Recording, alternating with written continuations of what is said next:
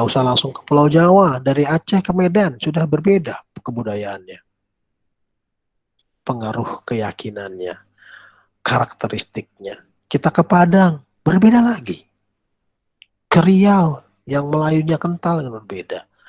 Terus perbedaan suku bangsa itu yang disebabkan tadi ya, ke negara kepulauan dan migrasi manusia nenek moyang kita dulu membentuk sebuah pola-pola kecil, membentuk sebuah suku bangsa yang terangkum, terikat dalam sebuah komitmen yang namanya NKRI, kan gitu.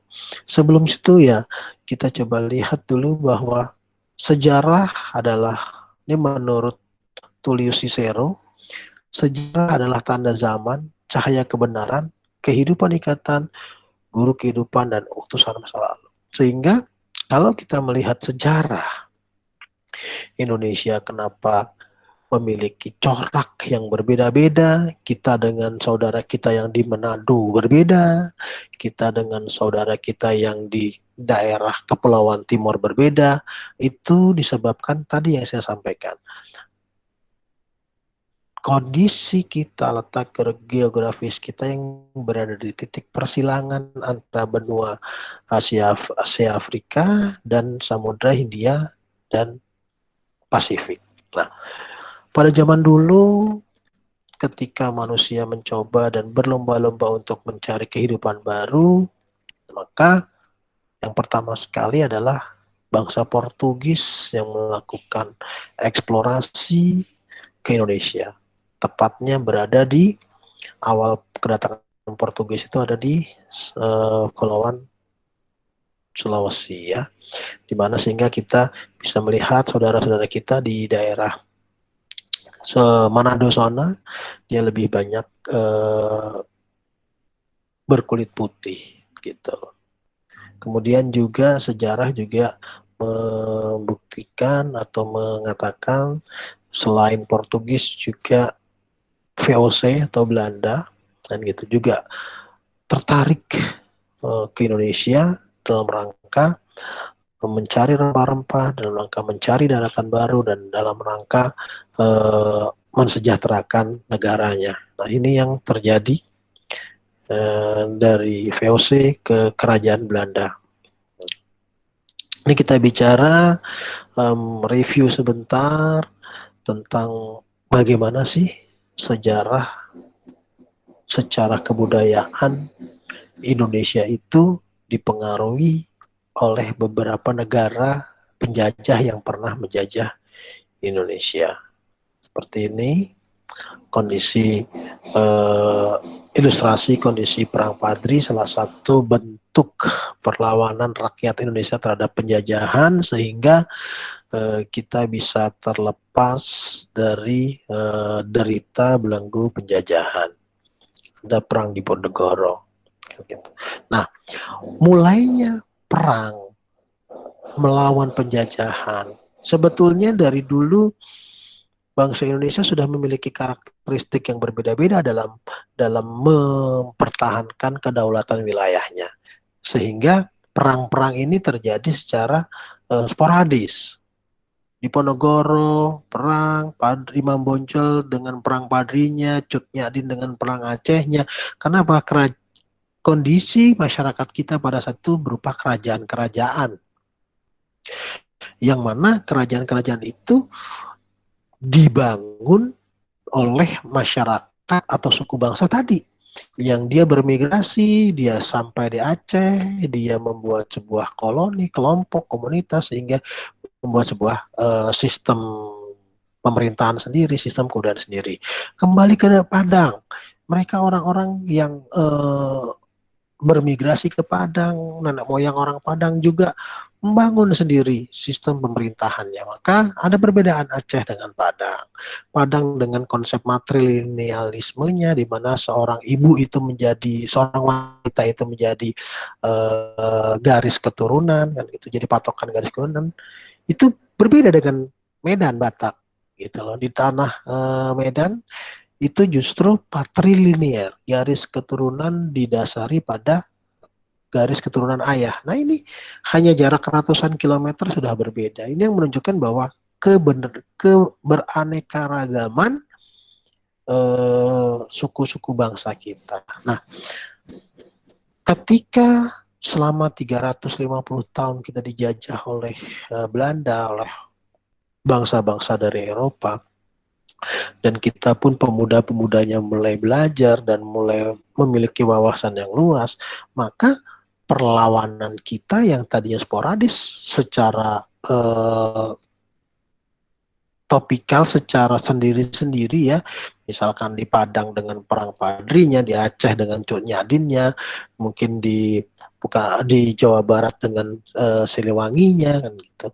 Nah, ini pemuda-pemuda kita di tahun 1928 mulai membuat suatu pergerakan, apa yang dikatakan pergerakan itu dengan apa yang kita kenal sekarang Sumpah Pemuda gitu. Nah, teman-teman sekalian ada yang masih ingat Sumpah Pemuda apa? Isinya dari Sumpah Pemuda. Ayo, kami putra dan putri Indonesia mengaku apa Rista? Pertama, mengaku bertumpah darah satu tanah air Indonesia. Oke, terus? Kami putra-putri Indonesia mengaku berbangsa yang satu, bangsa Indonesia. Iya. Kami putra-putri Indonesia menjunjung bahasa persatuan, bahasa Indonesia. Baik, gitu. Nah, dari situ mulailah kita adanya persatuan. Mulailah kita dari ada yang namanya perwakilan pemuda Yong Java, gitu, Jong Celebes, kan gitu loh, Jong Kalimantan dan lain sebagainya.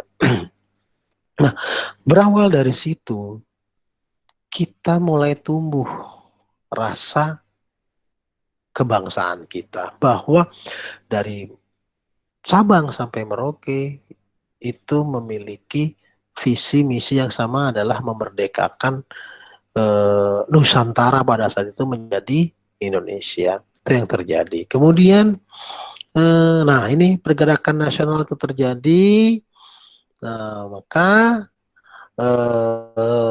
dari pergerakan para pemuda-pemuda tersebut, kemudian lahirnya zaman Jepang, kita memasuki zaman Jepang, di mana dari tahun 1943 kan gitu, Jepang masuk dengan segala macam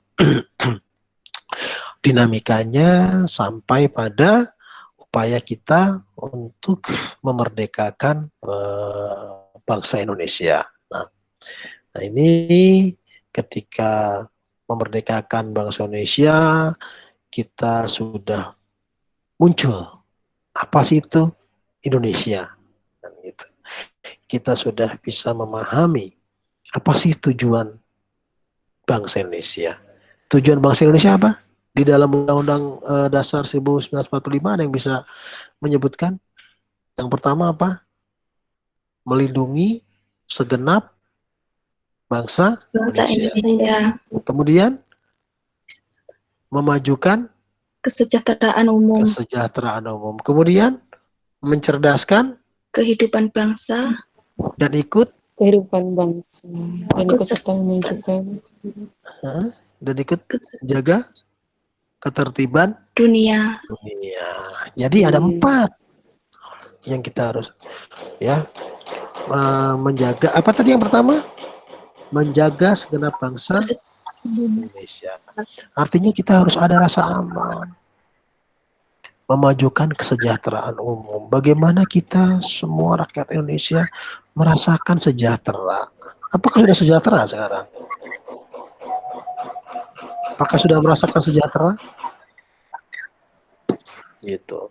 Kemudian yang ketiga, mencerdaskan kehidupan bangsa. Kita alhamdulillah nih, sebagai Anda memiliki niat suci menjadi seorang pendidik, itu bagian dari tujuan dari bangsa Indonesia, mencerdaskan kehidupan bangsa. maka kita bukan hanya sekedar mengajar, tetapi kita mengemban amanah yang besar di dalam Undang-Undang Dasar, yaitu mencerdaskan kehidupan bangsa. Nah, dari itu semua, bahwa kita harus melihat pentingnya kewarganegaraan, ya, segala mana. Karena kalau kita tidak bisa memahami sejarah-sejarah, bicara cinta tanah air tuh naik turun ya, gitu. Kalau dapat bantuan dari pemerintah, beasiswa, cinta tanah air, gitu. Tapi kalau BBM naik, gak cinta. Gitu. Bisa jadi teman-teman. Maka faktor-faktor yang mempengaruhi rasa cinta tanah air dan kesadaran bela negara berikut ini. Dari internal, bahwa nilai-nilai agama dan nilai-nilai budaya bangsa tidak jadikan sebagai sumber etika. Ini yang terjadi saat ini ya. Kita merasa jauh dari implementasi nilai-nilai agama, dari implementasi nilai-nilai budaya. Gitu. Kemajuan teknologi dan informasi memang bisa memudahkan kita. Memudahkan apa? Memudahkan dalam menjalankan keberlangsungan hidup. Namun, ada satu hal yang tetap harus kita jaga. Bukan hanya sebatas kita meningkatkan kompetensi, menyesuaikan kompetensi dengan teknologi. Tetapi ada satu hal yang harus kita jaga. Bagaimana kita bisa menjadi manusia yang tetap memiliki akhlak dan budi pekerti yang tinggi, yang diajarkan oleh agama kita dan nilai-nilai budaya bangsa, yang semua itu terangkum di dalam Pancasila, gitu, sebagai pedoman. Gitu. Ya, bukan hanya bicara kita dimudahkan oleh teknologi. Bisa saja teknologi itu membuat emotikon senyum, tetapi akhlak kita tidak bisa diwakili oleh teknologi. Rasa dengki kita tidak bisa diwakili. Maka kita harus berpegang teguh. Kita harus menjaga nilai-nilai agama dan nilai-nilai budaya. Karena antara agama dan kebudayaan itu sebuah sisi yang tidak bisa dipisahkan. Ya, maka kita harus memegang itu dalam rangka kita bisa menjaga atau melestarikan rasa cinta tanah air. Kemudian yang mempengaruhinya yang kedua adalah terjadinya konflik sosial karena kemajemukan suku, kebudayaan dan agama tidak terkelola dengan baik oleh pemerintah dan masyarakat. Itu tadi ya, pemahaman kita terhadap nilai budaya, kita tidak menghargai adanya kemajemukan suku, tidak menghargai perbedaan, kan gitu. Hanya karena sholat tarawih 11 rakaat